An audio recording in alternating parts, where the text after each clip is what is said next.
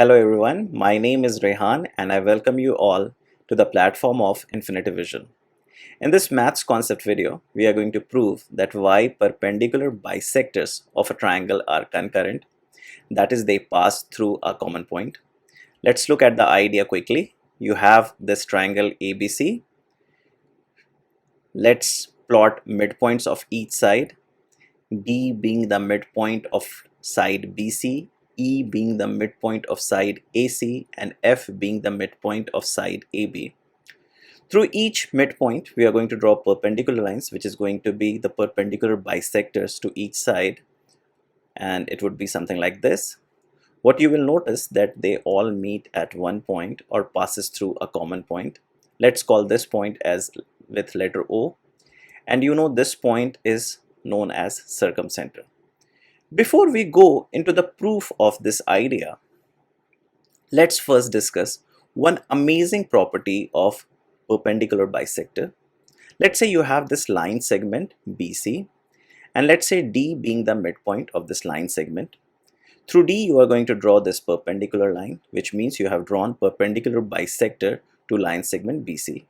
You are going to take any point on perpendicular bisector, let's say somewhere here.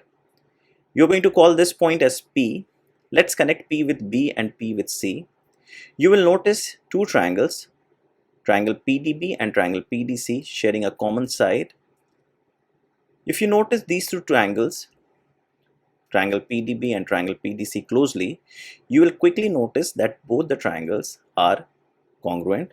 Why? Because PD being the common side and DB equals DC because D being the midpoint of line segment BC.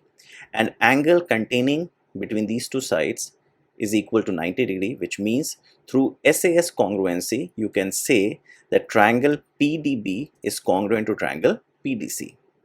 Now using the idea of corresponding part of congruent triangles are equal, that is CPCT, we can say that PB is equal to PC.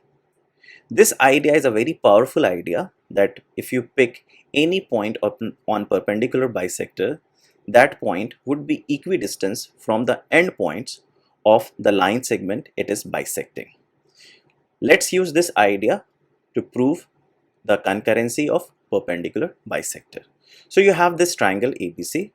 Let's quickly first draw the midpoints of each side, D, E and F for their respective sides, and through D we are going to draw this perpendicular line, which is the perpendicular bisector of line segment BC, and then through E we are going to draw another perpendicular line, which is again a perpendicular bisector of line segment AC.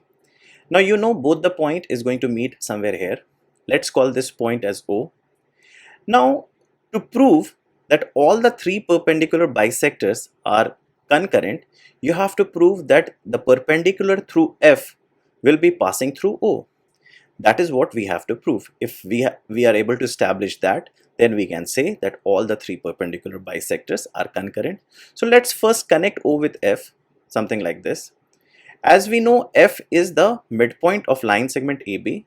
So if we are successfully be able to prove that angle AFO or angle BFO is equal to 90 degree, then that would qualify this green line OF as perpendicular to AB and passing through the midpoint of AB, which means that it qualifies it as a perpendicular bisector of line segment AB. So the challenge here is to prove that angle AFO and angle BFO both are equal to 90 degree.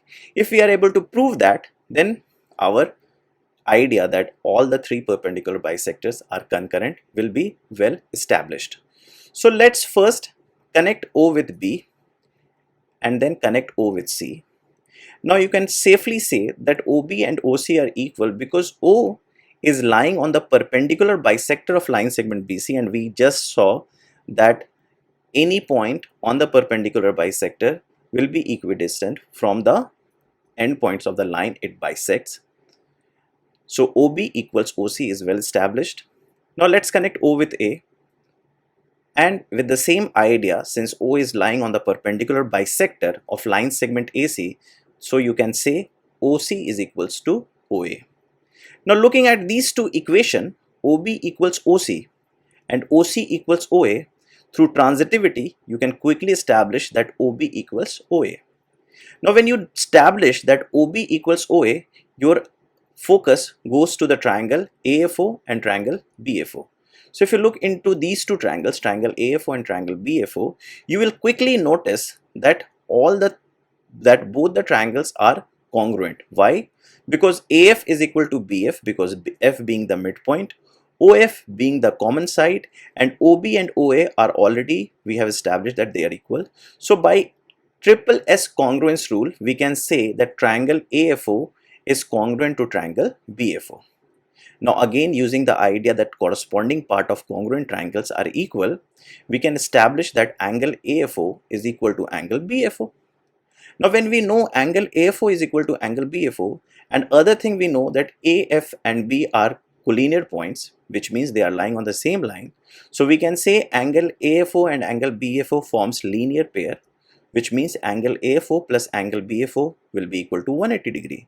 So two equal angles adding up to 180 degree, which means each angle will be 90 degree. So we have safely established that angle BFO and angle AFO is 90 degree, and that is what we had to establish, that if OF is perpendicular to AB, then OF becomes perpendicular bisector of AB. So we have safely proved that the perpendicular bisector of AB is passing through the point of intersection of perpendicular bisector of BC and AC, which means all the three perpendicular bisectors are passing through a common point, which we denoted by letter O, and we call it circumcenter. In the next video, we are going to talk about the proof of why internal angle bisectors pass through a common point, or they are concurrent, that is, they pass through in center. So see you in the next video with the proof. Bye bye, take care.